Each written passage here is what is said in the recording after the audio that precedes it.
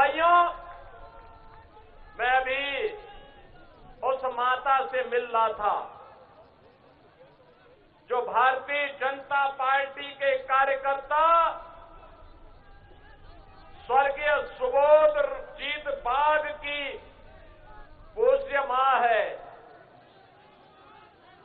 उस कार्यकर्ता को टीएमसी के गुंडों ने निर्ममता के साथ मार करके आज हजारों की संख्या में सुबोधजीत बाग जैसे कार्यकर्ता नए सिरे से पैदा किए हैं। और इसीलिए जब मुझे पता लगा कि भारतीय जनता पार्टी के प्रत्याशी श्री प्रभाकर पंडित की सभा में टीएमसी के गुंडे सभा नहीं होने दे रहे हैं, तो मैंने कहा हम धूप में खड़े होकर के सभा करेंगे। और याद करना, 4 मई के बाद उनकी उल्टी गिनती प्रारंभ होकर के इसका जवाब भी देंगे। और इसीलिए आज बहनों और भाइयों, सारे कार्यक्रमों को स्थगित करते हुए मैं इस उदय नारायणपुर की इस सभा में आप सबसे संवाद करने और आपसे बताने के लिए आपके बीच में यहां उपस्थित हुआ हूं। बहनों और भाइयों, ये बंगाल की माटी भारत के गौरव की माटी है। यहां का त्याग, यहां का बलिदान, यहां की संस्कृति, यहां की सांस्कृतिक विरासत और यहां के नौजवानों की प्रतिभा, इस धरा की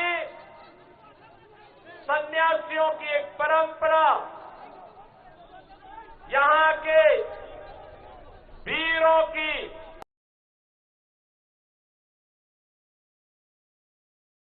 है। और इसीलिए बहनों और भाइयों, आज भारत की इस गौरवशाली धरा को, जिसने भारत को पहचान दी, जिसने भारत को गौरव के साथ आगे बढ़ने के लिए सदैव एक प्रेरणा दी, आज हमारा वही बंगाल अपनी पहचान के लिए मोहताज है। वही बंगाल आज अपनी पहचान के लिए मोहताज है।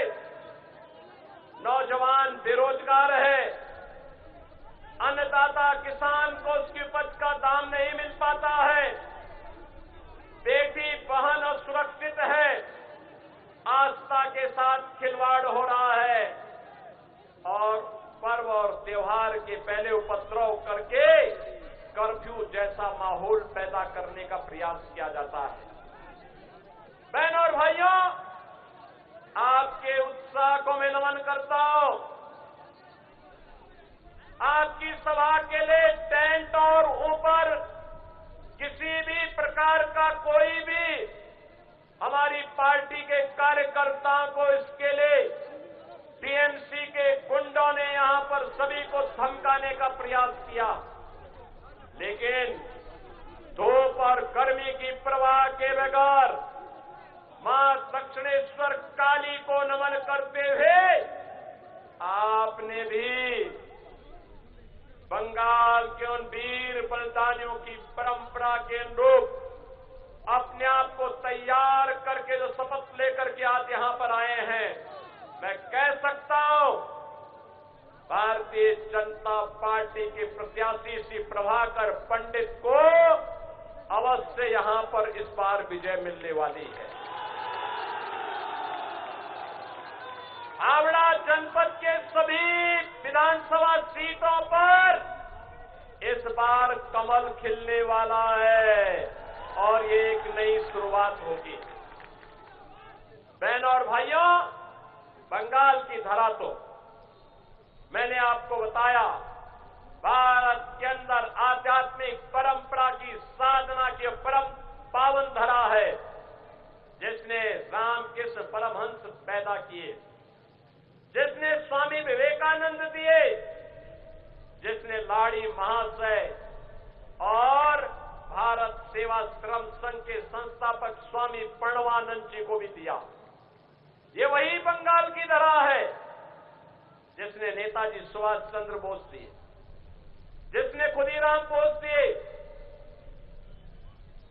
जिसने देशबंधु चित्तरंजन दास दिए, जिस धरा ने गुरुदेव रविंद्रनाथ ठाकुर भारत को दिए, जिस धरा ने बंकिम चंद्र चट्टोपाध्याय दिए और जिस धरा ने डॉक्टर श्यामा प्रसाद मुखर्जी को भारत को दिया। याद करिए, यही बंगाल की धरा है जिस बंगाल के धरा में आजादी का उद्घोष करते हुए नेताजी सुभाष चंद्र बोस ने युवाओं का आह्वान किया था कि तुम मुझे खून दो, मैं तुम्हें आजादी दूंगा। कौन ऐसा भारतीय है जो नेताजी के इस आह्वान पर जिसकी भुजाएं फड़कती न हो? हर भारतवासी पूरी श्रद्धा के साथ, सम्मान के साथ नेताजी सुभाष चंद्र बोस के प्रति अपनी श्रद्धा और सम्मान का भाव रखता है। कौन ऐसा भारतीय होगा जो स्वामी विवेकानंद के आह्वान के साथ न जुड़ता हो? जो स्वामी विवेकानंद ने भारतवासियों के लिए कहा था कि गर्व से कहो कि हम हिंदू हैं, गर्व से कहो हम हिंदू हैं। बहनों और भाइयों, ये पूरी भारत की प्रेरणा है, ये बंगाल की धरा है।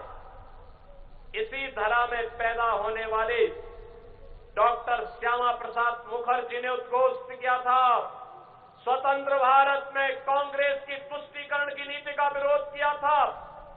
उन्होंने कहा था, एक देश में दो प्रधान, दो विधान, दो निशान नहीं चलेंगे, नहीं चलेंगे।